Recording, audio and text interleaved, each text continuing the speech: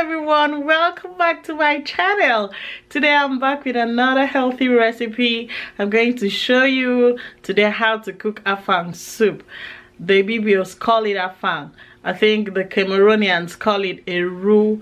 The Igbos call it okazi leaf, but this is a vegetable, and we usually combine it with water leaf, but during this winter my water leaf is gone because of the weather, so I'm gonna use spinach, baby spinach, for this recipe. So that's two vegetables. So I will show you how to cook this delicious and healthy recipes.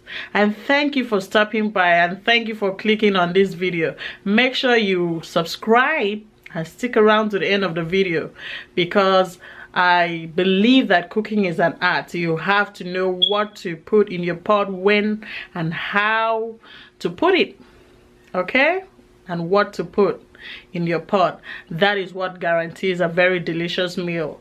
So this recipe is delicious, super delicious, and very healthy. So let's go to the kitchen and I'll show you how to do it. And make sure you subscribe to this channel so that anytime I upload a video, click on that bell icon, okay? Click on the bell icon, so that anytime I upload a video, you will be notified. So let's go to the kitchen and get started.